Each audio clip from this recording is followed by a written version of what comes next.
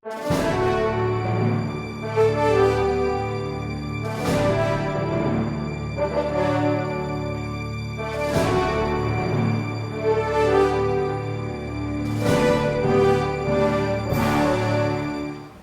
of the people that I've really learned to respect in this organization has been P. Begley.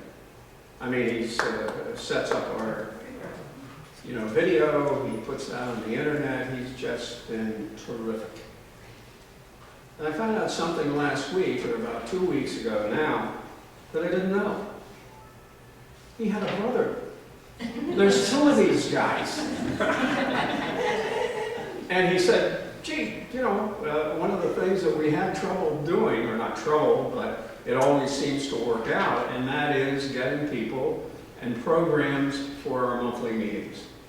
He said, well, maybe I can get my brother to come down.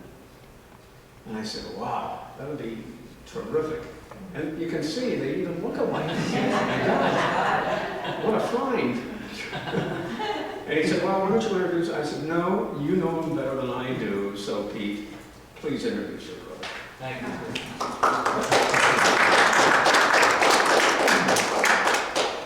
And always, we're here tonight because of Grier Haslam. He's just a great patriot here in Pennsylvania. He does a lot of great things with the T.E.A.Party and other organizations. I'm very grateful.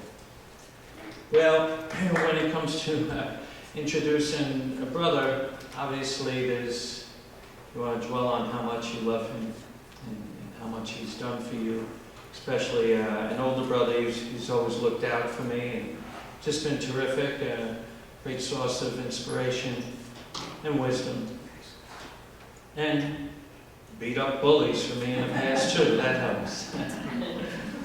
But my brother Robert Begley is a lifelong New Yorker. I moved here from Manhattan about 17 years ago. We were both born in Lenox Hill Hospital, but he never left New York. I got sent out here to sub one night and fell in love with the Poconos. He's the president and the founder of the New York Heroes Society, which is an organization that celebrates heroism in the culture. Isn't that missing these days? He's written many historical essays for the Objective Standard, and now he writes for recent papers.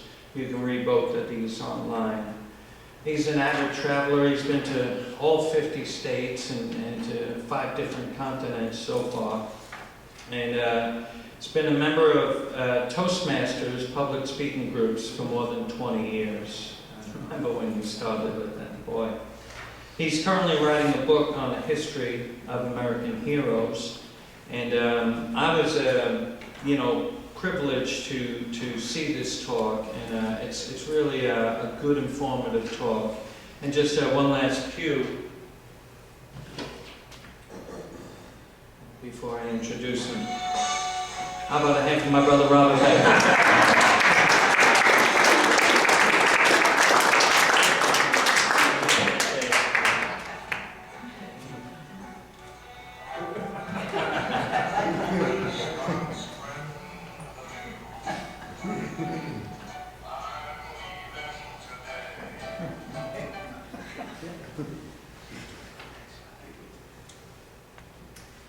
Thank you, Pete, my dear brother. Thank you, Grier.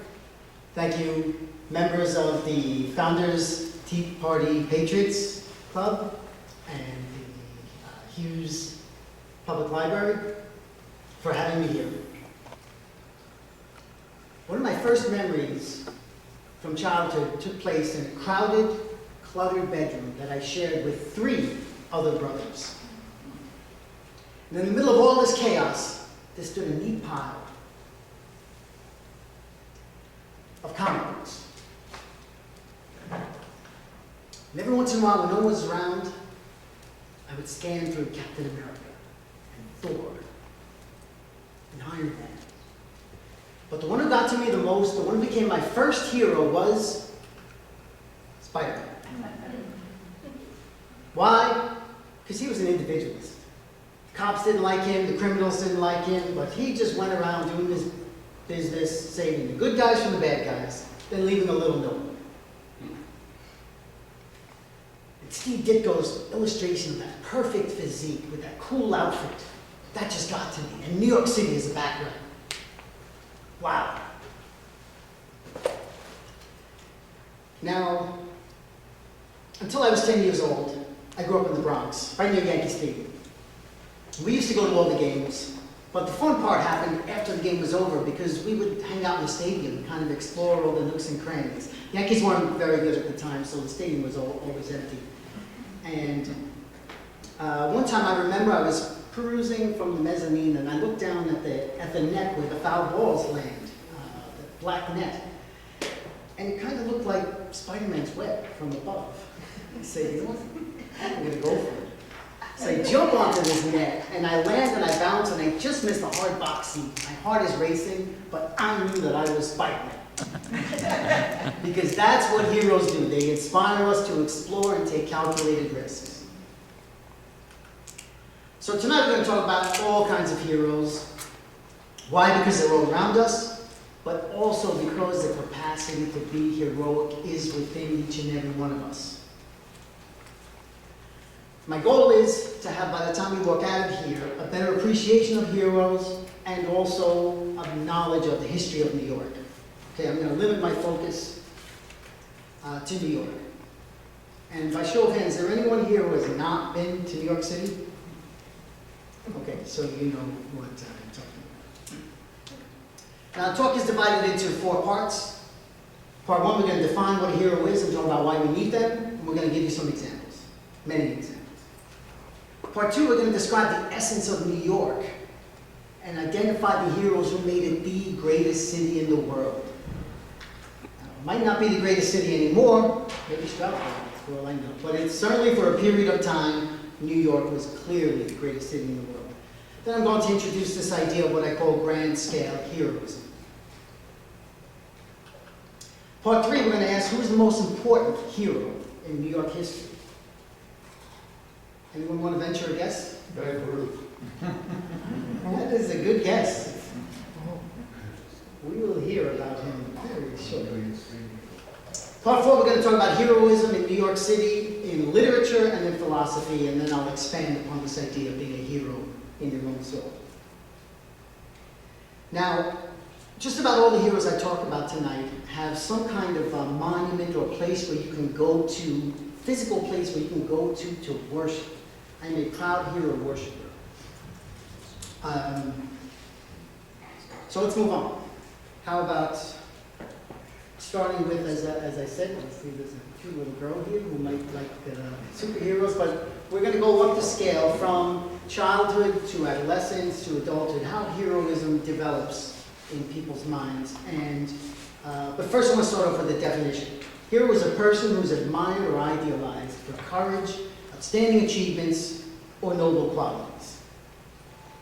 Now, what I like about this definition of hero, I think it's a good starting point, and I think General Patton was kind of the one who described it the best. He said, a hero isn't someone who dies for his country, he's someone who gets the other bastard to die for his. I don't know if I'm allowed to use that word here, but I'm just quoting Patton. Okay, so let's move on from and fill in these concretes. And we're going to start with athletes.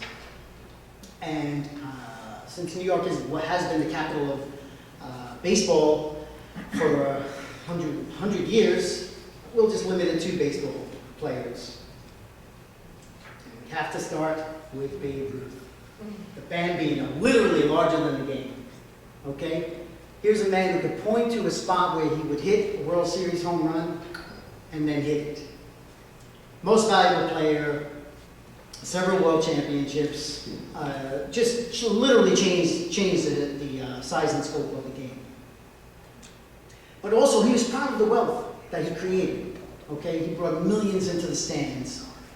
And one time one of the reporters asked him, how do you feel about making more money than the president? He said, I had a better year. His story is told in the film The Babe Ruth Story, starring Babe Ruth. Next one, Lou Gehrig, the Iron Man, the pride of the Yankees. Played in over 2,100 consecutive games. Same as Ruth, several World Series championships, most valuable player. And he was a personal favorite of mine. Every time the movie Pride of the Yankees would come on, all 11 of us, okay, there's 11 of us in my family, by the way. Pete is number 9 and I'm number 8, plus my 2 parents. So imagine 11 people crowded around this little black and white TV watching Gary Cooper say, today, I am luckiest man on the face of the earth. Every time the movie was on, we would sit down and just gloss over it. So, but sadly, Gary, after an incredible Hall of Fame career, sadly both his career and then his life ended in a rare disease that was named after him, Lou Gehrig's disease, which now they call ALS. But I remember vividly the summer of 1977, actually right around a little bit before the summer. I was in high school, and my favorite band, Led Zeppelin, was playing in New York City. I went to see them. My mother was in Florida, so I didn't go to school the next day. And then a couple of days later, the Pride of the Yankees was on, and it made an impact on me. I said, boy, if this guy can get up and go to work every day while he's dying, I'm going to do something too. So my last 2 years of high school, 2 years I went to college, 12 years I worked in Maryland, I had a perfect attendance record because I thought in the back of my mind about Lou Gehrig. Again, that's what heroes do. Sometimes you get a hero whose achievement just transcends the sport and spills out into the greater culture. And this is what Jackie Robinson did. He could do it all. He could hit, he could run, he could steal, he could throw, and he could knock it into a fight when he was taunted. The abuse that this man faced is something no human being should have to put up with. 1947 broke the color barrier and opened up the baseball to first to blacks and then to all other races. His life story is told in the film Jackie Robinson Story, starring Jackie Robinson, but then more recently there was a really good film called 42.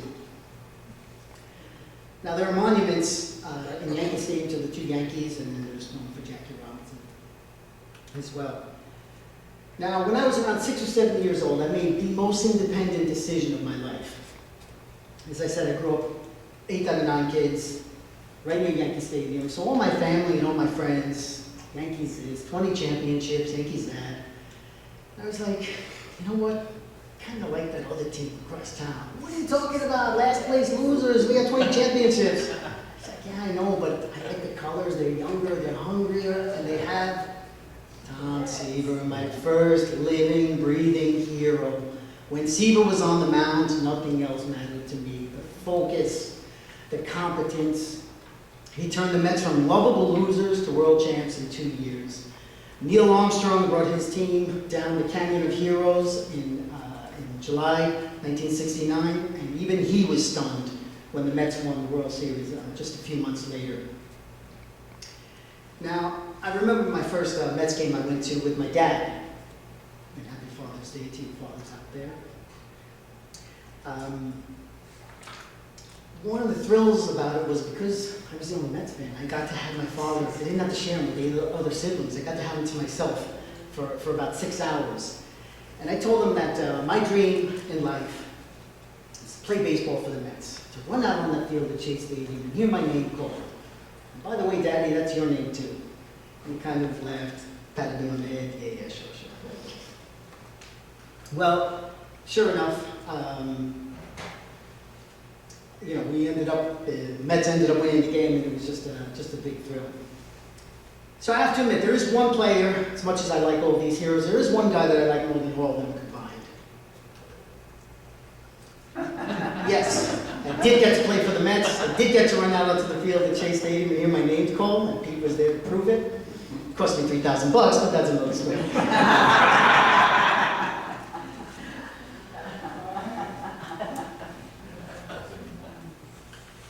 I'm going to talk about entertainers. New York is the entertainment capital of the world. We'll start off with of George M. Cohen. Give my regards to Broadway.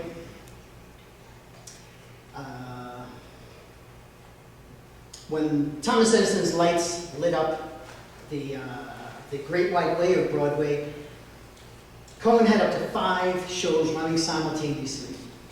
And he could do it all. He wrote, he sang, he danced, he was the impresario that financed everything, and he earned every penny of his large fortune. His life story is told in the film. Anybody know that film? With Jimmy Cagney? Yankee Doodle Dandy. That's right, Yankee Doodle Dandy. Another one of my favorites. Every time that's on TV, again, all of us would just sit down in front of the TV, glued to it. So this statue of Cohen is appropriately on Broadway, 46th Street, right smack in the middle of the theater district. Duke Ellington wrote over 1,000 compositions, and growing up, we heard them all, ranging from blues to popular tunes to romantic ballads, but the genre that he created, big band jazz, that was it. Duke also broke the color barrier by playing for all white audiences up at the Cotton Club in Harlem, and he lived in what he called the sweetest spot in Harlem, Sugar Hill. Now, Ellington was the first chance I had to observe, through my father's eyes, what hero worship actually is, because my father totally worshiped Duke. As I said, we grew up hearing every one of his songs. He would just play him for hours and hours, and we had no choice. Sometimes if my mother got angry, she'd say, put on basic, Duke sounds out of tune. Slightly, the volume would get louder and louder, and we could hear more Duke Ellington. This statue of him is in the northeast corner of Central Park. It's called Duke Ellington Circle. And I want to take a step back now and draw a little bit of contrast. Let's stay in the field of entertainment, but let's talk about what is not a hero. And I'll limit that to 2 New York filmmakers who have given us plenty of examples. First one is Woody Allen, who kind of has this portrayal of man as this wimpy, whiny, neurotic guy. Kind of takes all of his effort just to ask a girl out on a date. When he finally gets the nerve, he asks her, what are you doing Saturday night? She says, committing suicide. And then he says, what about Friday night? Now, it's clever, it's funny, it's a satire. I know it's not really to be taken seriously, but does anyone really want to be Woody Allen? I don't think anyone wants to be in personal life. We're not even going there, maybe except for his bank account. So that's Woody Allen. And then the flip side of that is Martin Scorsese, whose films portray man as this hedonist who just, everything is about grabbing the money, wanton violence, gratuitous sex. There's no real values. Money's never earned. It's always just taken. I don't include his film about Howard Hughes, which I think is brilliant, but it's completely out of his formula. And I think where this is most brilliantly dramatized is the final scene in Gangs of New York, his movie Gangs of New York, where you see the protagonist, I can't really call him the hero, but Leonardo DiCaprio he's at the plot of the tombstone where his hero died, and the camera goes from this little dingy neighborhood, and then it pans to the 20th century skyline of New York, implying that the ones who died in this battle somehow built this great city. But in the film, nobody ever built anything. All they did was destroy things. So that's enough about anti-heroes. Let's move back on to heroes, and let's focus on some writers. What's the name of this organization again? Founders, T.E.A.Party, Patriots. Founders. Let's talk about a founder. One of my favorites, Thomas Paine. His Common Sense was sold to one out of every 4 Americans has read Common Sense, which if you translate to today, that's about 75 million copies. That is a bestseller. Came over from England with penniless, just a note from Benjamin Franklin in his pocket. He wrote about the age of reason and the rights of man. And he observed the history of Europe that was filled with bloody wars and bloody conquest. And he said, we have it in our power to create the world over again. Paine lived downtown in Greenwich Village. It wasn't Greenwich Village back then, but now it is. And there's a plaque of him down there. Oh, it's not very detailed, sorry about that. But this bust of him is in New Rochelle, New York, where his final home is, or one of his homes. Next one, Frederick Douglass, the heroic slave. He said, I prayed for 20 years for my freedom, but my prayers weren't unanswered until I prayed with my legs. Basically, he walked himself to freedom. And when he ended up in New York City, he gave a speech entitled The Self-Made Man, where he talked about values of strong moral character, a good work ethic, and education. Taught himself to read and write in secret, because if he got caught, he would have got whipped. How's that for an incentive to read and write? Douglass he was an incredible inspiration for millions of people, generations, and he is honored here in Frederick Douglass Circle, which is the northwest corner of Central Park. Okay, let's move on to part 2. What is the essence of New York, and who made New York the greatest city in the world? And then we'll talk about grand scale heroism. So, before we talk about New York as we know it, there was a certain number of people who did a certain number of things that without which New York would never have existed. So I want to pay some tribute to them first. They had 2 characteristics. One, they were self-made men who lived by their own effort, and they valued commerce and trade. And then number 2, there was a melting pot aspect where ability mattered. They came from all over, and ability mattered more than race or heritage or nobility. So New York enshrines not nationality, but rationality. That's the essence of New York. First one, I don't even need to say his name. Western civilization can be divided in half, before 1492 and after it. When the leading European explorers were safely hugging the coast of Africa looking for a route to Asia, one man said, I will sail west across the ocean blue. Despite superstition, the Spanish Inquisition, fear of sea monsters boiling at the equator, he forged on with unborrowed vision. It does not matter that he never landed in America. It does not matter that he never found Asia. Columbus brought Western civilization to an undeveloped land. None of us would be here without him. Every year I go to his parade in New York City. This statue is at Columbus Circle, the southwest corner of Central Park. Henry Hudson, the Londoner who sailed for the Dutch. In 1609, his ship, the Half Moon, was also looking for a route to Asia, and he also failed in that. So failure is a part of heroism, okay? It's the ability to pick yourself up and do something after you actually, after you don't succeed, you just try again. So Hudson didn't find the path, the Northwest Passage, but he sailed down the river that bears his name, and he saw it as a perfect spot, the tip of what we now call Manhattan. He saw that as a perfect spot for trade, because the ships he would welcome in from Europe and then serve as a gateway to the rest of the continent. This statue of him is appropriately in Henry Hudson Park in the Bronx. Peter Minuit, German, who actually worked for the Dutch as well. 1626, Minuit made a purchase from the natives. He bought the island of Manhattan for $24, plus $167,000 a month in maintenance fees. Now the Dutch had a different version, a different view about settling.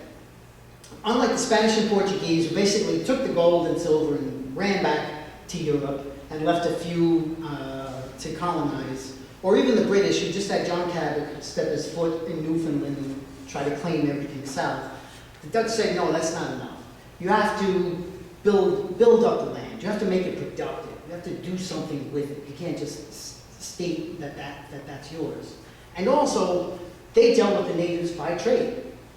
So New York, which at the time became New Amsterdam, was born out of a business deal. So again, we're talking about the essence of New York: business, trade, commerce.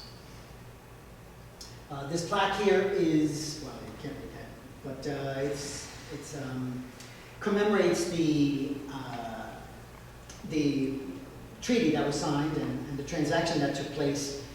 And it's in Inwood Park in the north, in New York City, in Manhattan, the northwest tip of the city. So over the next 15 years or so, the Dutch started to migrate. In fact, not just the Dutch, everyone started to migrate to New Amsterdam, to the colony of New Amsterdam. And the Dutchman named Adrian van der Donck came over from the Netherlands because he saw this as a real thriving spot. And there were three aspects of it that he wanted to promote, and it really pushed the Dutch over the top. The first one was free trade. He didn't want any restrictions on trade, and when you have free trade, what happens is the best minds flock to the place, and then the laborers follow, because there's work, and there's payment for work. Second one was freedom of religion. European wars had 100-year wars between the British and the French over religion, whether it's Catholics versus the Protestants, or in earlier time the Christians versus the Muslims. He just wanted religious liberty. He said, if you come here, you can practice whatever you want. And then the third is what we call representative government. He wanted the people to have some kind of say in how the government was run. So these are radical ideas that in Europe, the Dutch were as close to implementing them as anyone else. But over here, it really came to fruition. Now, Van der Donck, he was in Dutch what you call Jonkier, and from that we get the name Yonkers. So Yonkers is literally named after him. And he owned many sawmills along the water, and that's where we get the Sawmill Parkway.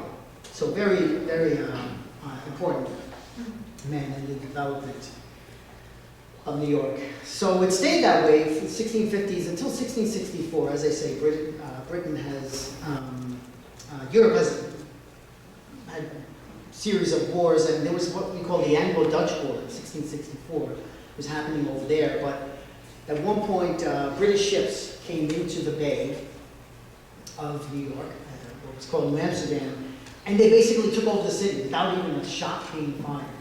Mainly because the British promised that nothing would be changed. There wouldn't be any restrictions in free trade, in the freedom of trade that was happening. And now, instead, the money would be flowing to their king instead of to the Dutch nobility. But geographically, this was a really important event, because what it did was it now connected the Massachusetts colony and the Virginia colony were at the two extremes, and now the New York colony connected the two of them. So it gave the British a huge chunk of the Atlantic coast. Now, there were some big differences, though, between the three, because New England, especially from the Puritans coming over, it had a very strong church-state integration, okay, and a Puritan work ethic. So it had those, and Virginia had an agrarian, slave-based society. But New York was different from both. It said, no, we want freedom of trade and we want freedom of religion. And this played out more than 100 years later after the American Revolution. So 1664, the British had it, and they stayed all the way until 1783, after George Washington led the Americans to victory and evacuated the British from there. Oh, by the way, 1664, when the British took over, they renamed it from New Amsterdam to New York, okay, in honor of the Duke of York, the king of the brothers, king. That. So let me give you a quick timeline here. Until the 1600s, the Lenape Indians called it Manhattan, Island of Many Hills. 1626, the Dutch purchased it and renamed it New Amsterdam. 1664, the British took over, named it New York. 1783, the British evacuated. They Still called New York, but now it was American. Okay, getting a little bit closer to our age. Not just yet, though. There's one industry that helped to transform New York from this wilderness. Okay, well now we're going to go, who were the people that transformed New York from this kind of untamed island to this industrial steel and concrete metropolis? The one industry, oh boy, I really can't see this, but this is so important, it's actually in the seal of New York. And if anyone knows the seal of New York, they would know what that is. It's not a squirrel, it is a beaver. Why a beaver? One man, John Jacob Astor, America's first millionaire, made a fortune, founded the American Fur Company, and was just an incredible, energetic businessman. And he actually loved, as much as he loved the fur industry, he loved real estate. And he said, if I could do it all again, I'd buy every square foot of Manhattan Island. And he did buy huge chunks of it, especially along the shore, because that helped him with the shipping. So he was just very profitable, incredible businessman. Now, New York doesn't even have a statue to this man. The best we could do is have a plaque of a beaver, which is in Astor Place in the Village. But there's an entire neighborhood named after him in Queens called Astoria. And does anyone know the town that Astor is from in Germany? It's called Waldorf. Hence the hotel, the Waldorf Astoria. Cornelius Van Dyke, personal favorite of mine. When I was 10, my family moved from the exciting Bronx to Staten Island. It was like moving to Kansas at the time. I mean, we didn't have a car. It was so spread out. We didn't adapt easily. But the street we moved to was called Vanderbilt Avenue. And I like that name because it sounds like something's being built. Now, let me give you a little bit of a scenario, what it's like growing up with 9 kids. One of the things you want to hear is silence. Because there's always an argument going on, or a conversation, or a TV, or the radio, or something. So my sanctuary was to go to an encyclopedia in the library and just pick one out and find a little nook and cranny somewhere in a hole that I could just, with a flashlight, just read. And one day I looked at the V. I said, let me find out about this guy who lived on his street. And I'm enamored. Cornelius Van Dyke rode passengers from Staten Island to Manhattan. And when he was a kid, he learned about all the advances in technology and shipping, and he just became this incredible magnate.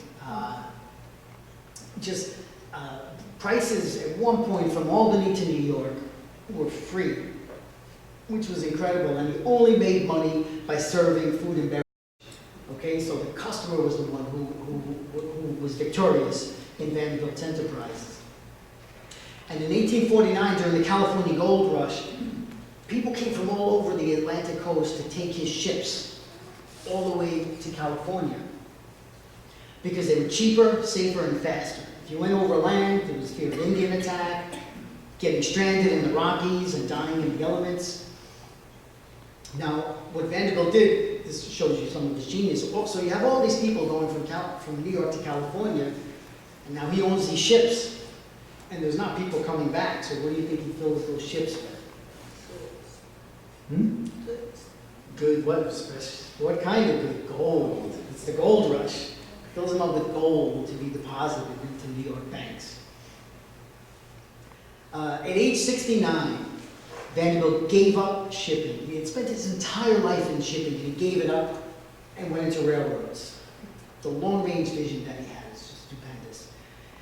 So he ran what's called the New York Central, and there was one spot where all of his trains connected and merged, and it's called Grand Central Terminal, and that's where the statue of him is. J.P. Morgan, possibly the greatest financial mind in history. Let's talk about financing endeavors. Suppose you're Thomas Edison and you say, I want to light up New York City, but I don't have the money.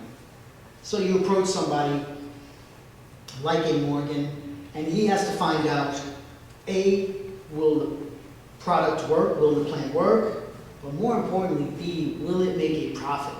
Because if it won't make a profit, it'll be out of business in no time, and that is not good. That's not good for industry, and that's not good for entrepreneurs, and that's not good for discovery.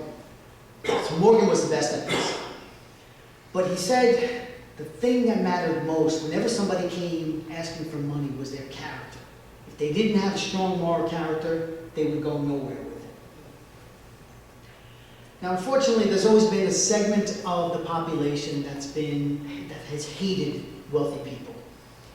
Perhaps it's because they don't distinguish between wealth by creative ability and those who make it by government handouts or by dishonest means. And sometimes this hatred is played out in violence.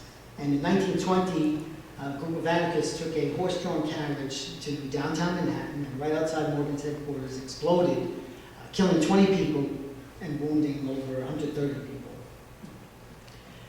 The marks are still there in Morgan's headquarters, just to show how atrocious this act was.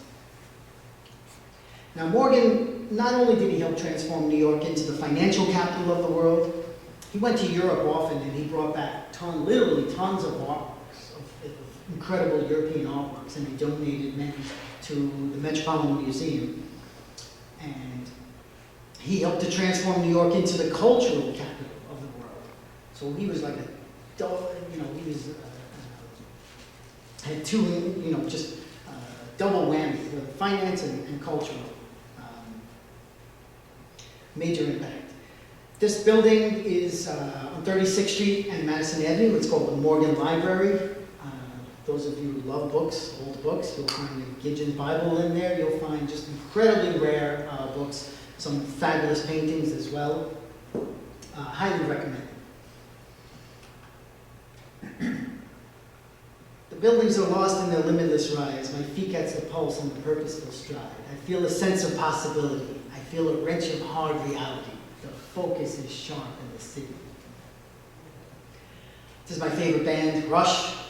It's a song called The Camera Eye, and it's their tribute to New York City, because it talks about the skyline of New York. Ever since the 19th century, the thing that has distinguished New York from every other place has been its skyline.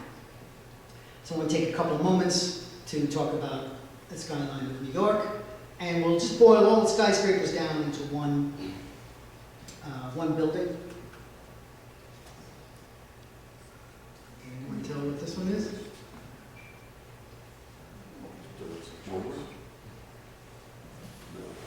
It is the Woolworth Building, paid for in nickels and dimes by Frank Woolworth. Cass Gilbert is the architect, and when he built it, he said this building is going to pay for itself. Okay, that's what skyscrapers do, they pay for themselves. And I'll never forget the first skyscraper that I ever saw as a kid. I came out of the subway holding my mother's hand, and I just saw this massive sheet of black stained glass that went up forever. And I ran over to touch it, and I kind of felt like the apes in the beginning of Stanley Kubrick's 2001 when they touched that monolith, if you guys know that scene. And I turned around to my mother, and she has a big smile on her face, because she loves skyscrapers too, and she knew that at least one, probably 9 of her children, love skyscrapers, but it was a moment I'll never forget, absolutely never forget. So Cass Gilbert's Woolworth Building, it actually had a nickname. It was called the Cathedral of Commerce.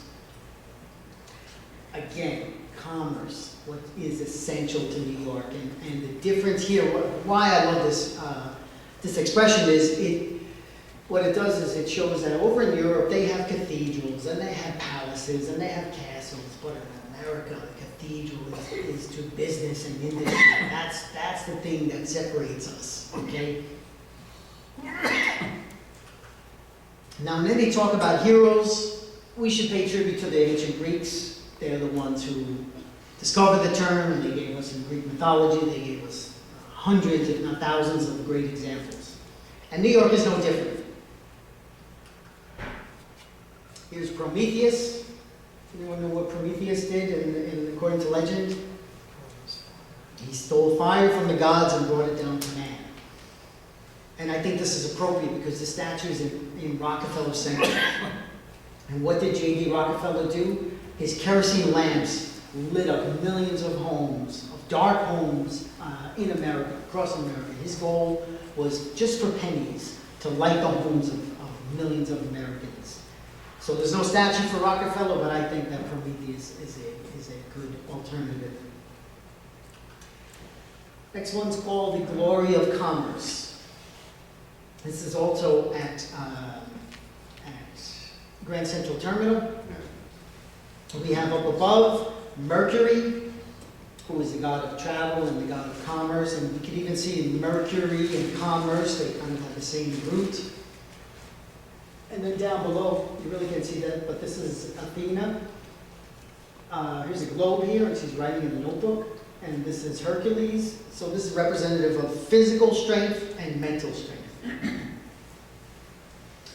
And this statue it's high up if you've been to Grand Central. You look up to it, it's just massive and so imposing. And oddly enough, Cornelius Vanderbilt's statue is right below it, which would not make him happy because he didn't want anyone above him. Okay, so now we're going to move on to what I call grand scale heroism. So here we're going to say a hero is an individual of elevated moral stature and superior ability who pursues his goals indefatigably in the face of powerful antagonists. This is a definition by my friend Andy Bernstein, who's written a lot about heroes. And there's 4 characteristics. 1 is moral character, 2 is superior ability, 3 is overcoming obstacles, and 4 is some kind of success, whether material success in life or spiritual success.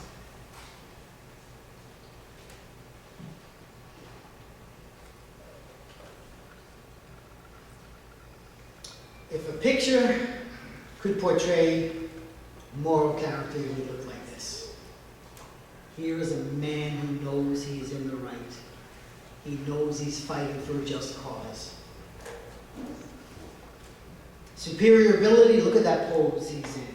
Imposing, he towers over the others. Overcoming obstacles, he's challenging the lone global superpower with a ragtag army. Success, he wins at Trenton, he wins in Fort Ticonderoga, and then he wins at Yorktown. And then after that, the entire world thinks he's going to become a king. He walks away to his farm to become a businessman and farmer. Absolutely stunning, the entire world. And then he's called on to duty again, and he takes that on. George Washington, in modern terms, is the CEO of 2 startups. The Continental Army, which defeated the greatest powerful force up to that time in history, the British Army, British Navy, the British military, and also he founded the American government, okay, which would go on to be the freest, proudest, most successful country in world history.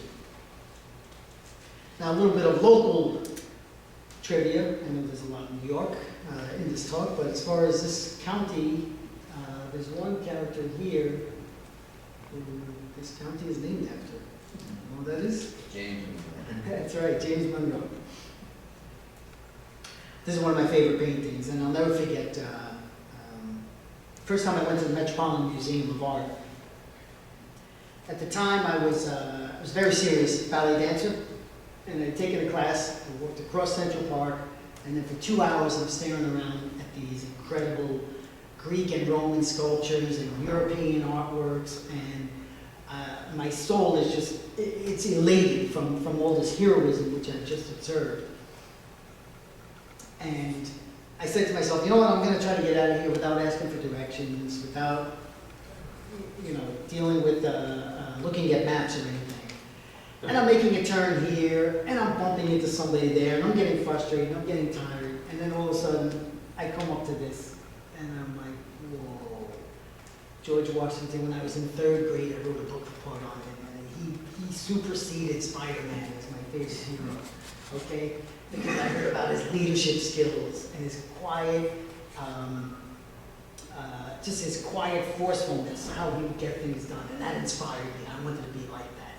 But I hadn't thought about him in that level for decades, and now all of a sudden the hero worship kind of poured over me. And there's a bench where people sit down to look at this. This is bigger than this wall. The scale of this painting is bigger than this wall. And even though I was exhausted, I couldn't sit on the bench because there was a bunch of people there. So I said, what do I do? How do I honor this man? So as a dancer, I just got down to like a bow. And the people sitting on the bench, they just gave this little light applause to me. And I was like, wow, don't applaud me, applaud him. He's the man. Now, Washington is properly recognized in New York City. Here he's down at Federal Hall, being sworn in as the first president in world history. And we have Washington Square Park, we have George Washington Bridge, so New York, as I say, properly does glorify Washington. Okay, part 3. Who's the most important hero? Is it still Babe Ruth? Anyone want to take a guess? Vanderbilt. Okay, he's really one of mine, but no, this is someone who has not been covered yet, Oh. but also does tie in with the name of this organization. I will start off by saying in 1757, in this dirt poor Caribbean island, somebody was born out of wedlock. So already he has 2 strikes against him. And the thing about heroes is they overcome obstacles, okay? And that's one reason they give us so much inspiration. So he was born out of wedlock and into poverty.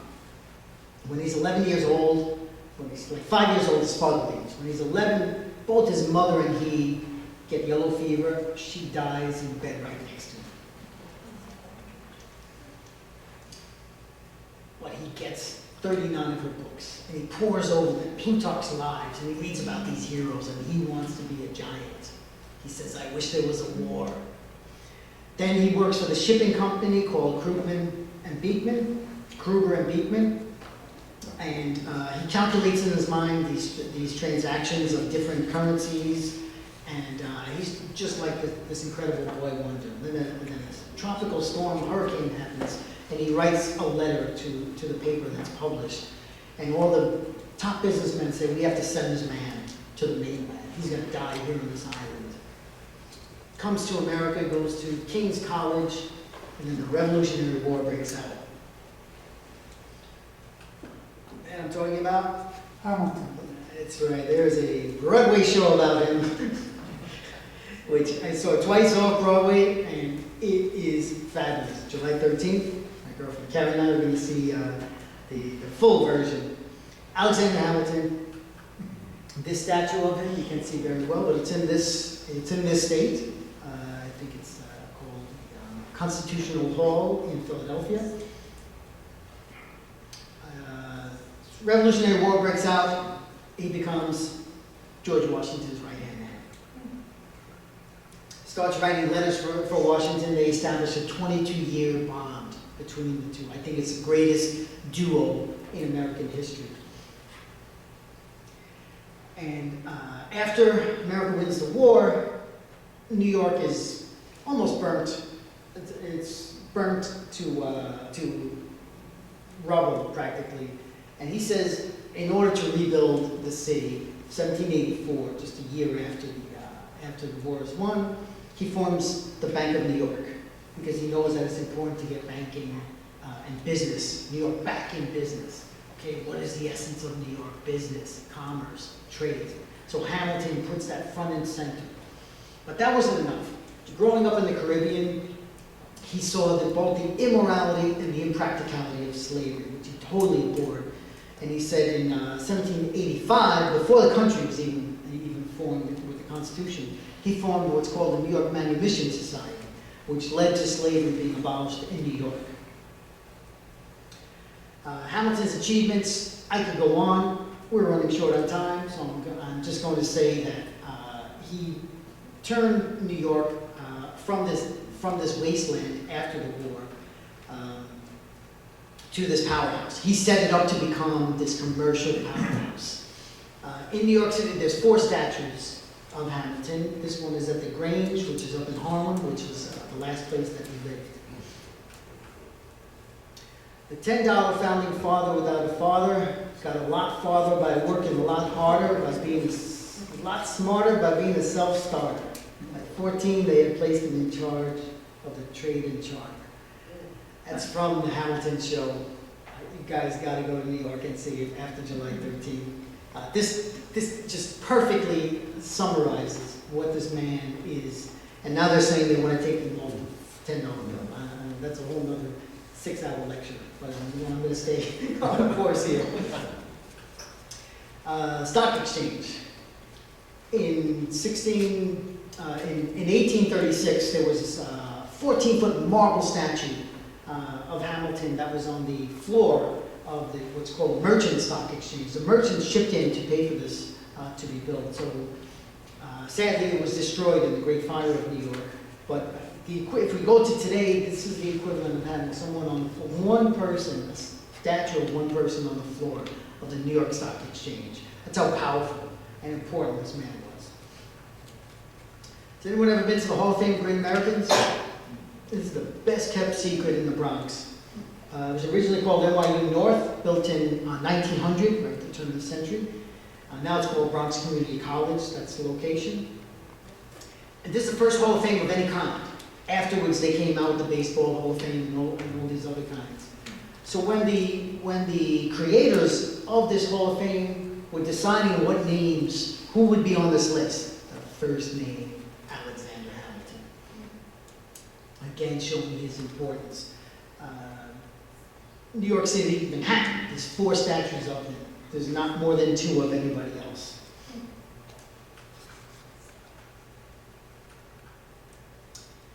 Part 4, rounding third and coming home.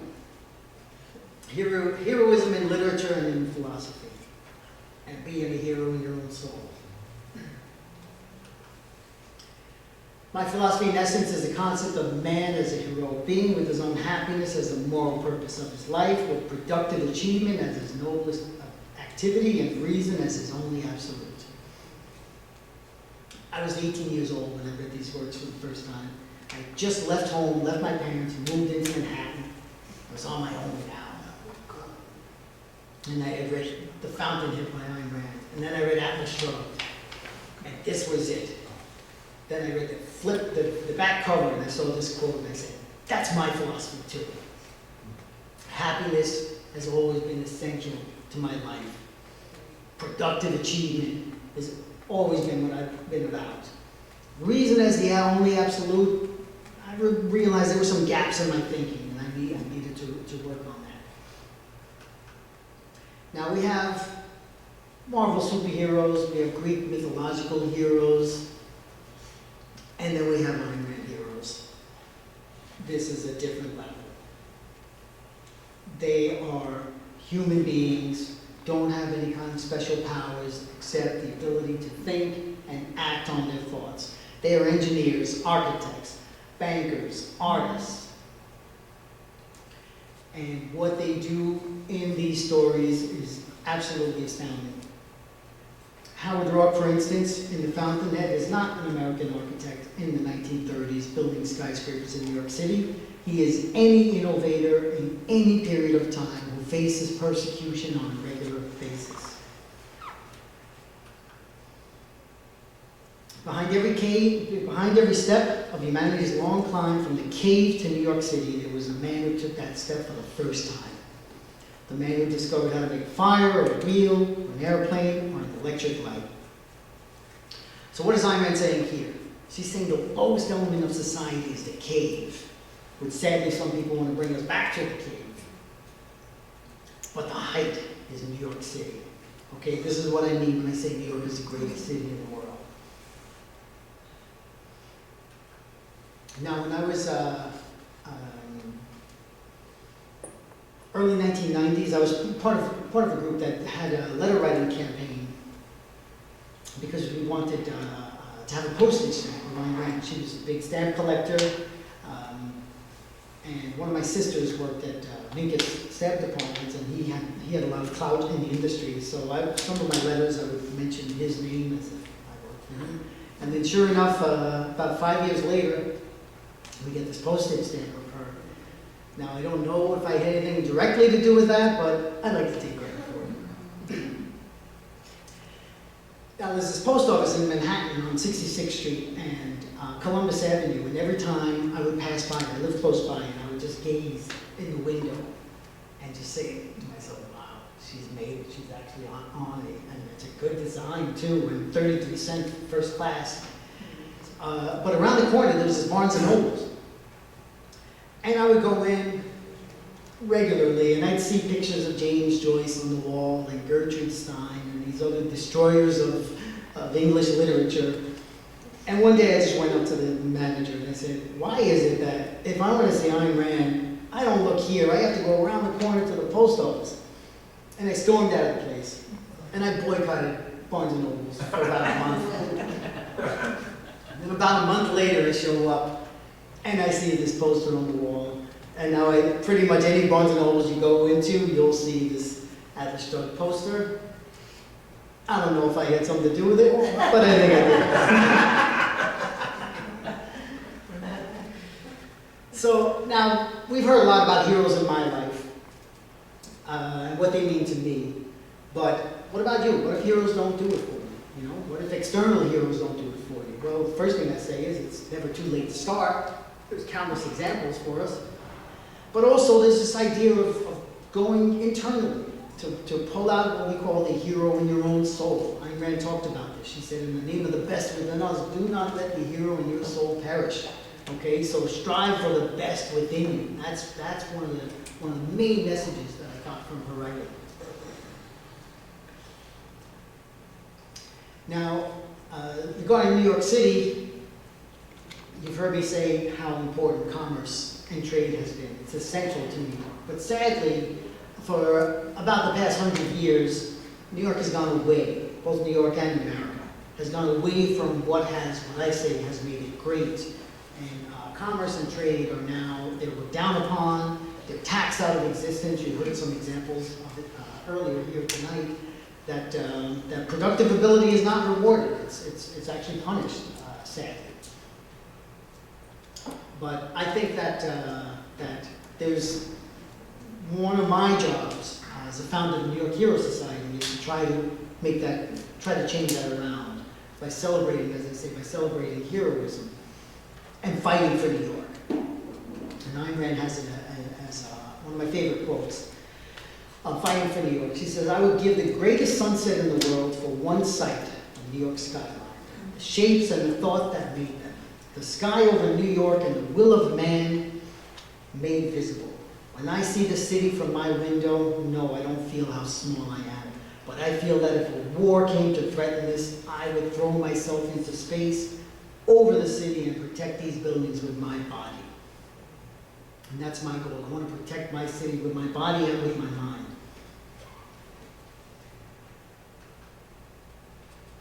But for that to happen, I can't do it alone. I need some help, and as I say, that's one reason that I formed the New York Hero Society. So in conclusion, there are dozens of heroic monuments all around us. There's some even out here. I'm sorry I didn't give more local examples, but I'm specifically talking about New York City. But they serve as inspiration, so let's go out and enjoy them.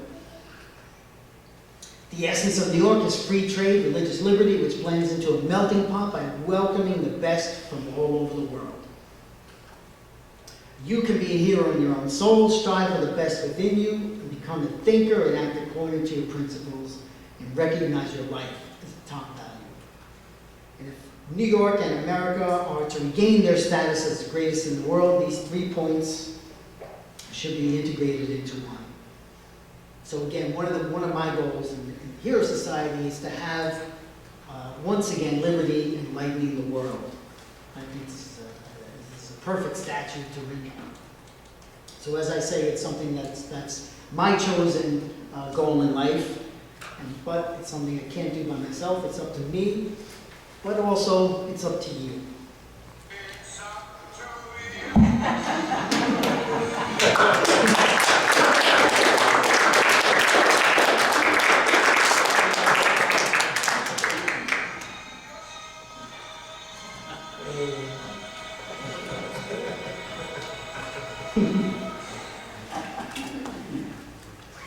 He was from New Jersey. Yeah, well, like from Hoboken. That's a good point. So I think we have a little bit of time for some questions, if we have any questions. What happened to Joe DiMaggio? You know what, Joe DiMaggio, I had to cut for time. I had him in my first talk because Joe DiMaggio, I'll tell you a personal story about him. That was my mother's. I gave you my father's, one who worshipped so much was Duke Ellington. My mother totally worshipped Joe DiMaggio.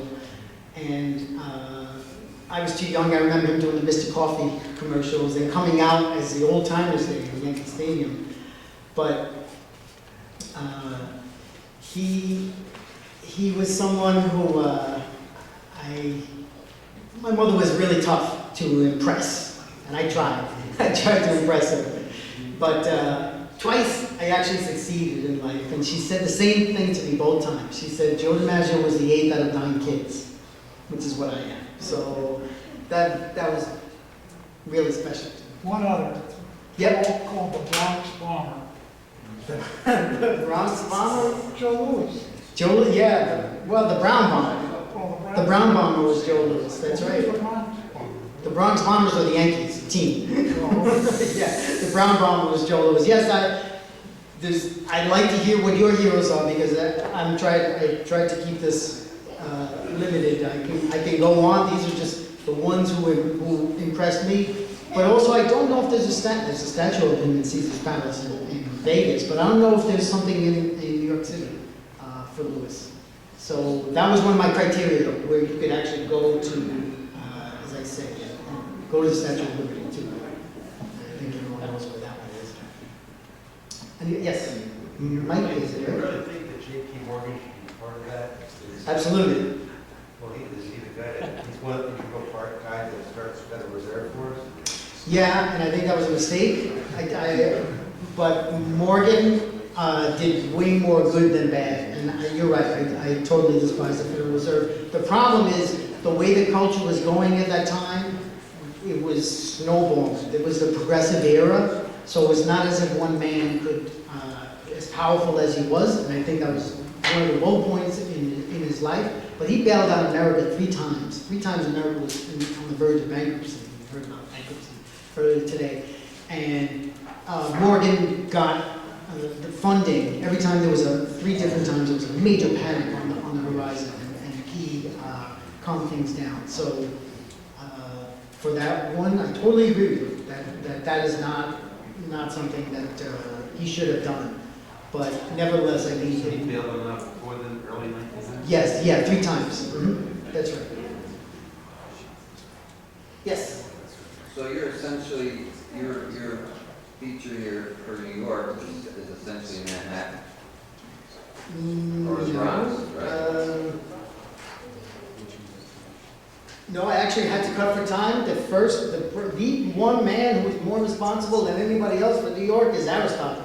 Okay, the Greek philosopher Aristotle, who led to the birth of science and most of the knowledge we have in Western civilization. And in Astoria, Queens, there was a bust of him. So I tried to cover, and Vanderbilt was from Staten Island, so I tried to cover the five boroughs. Okay. But I didn't catch that. yeah, but I was looking for more Dodgers.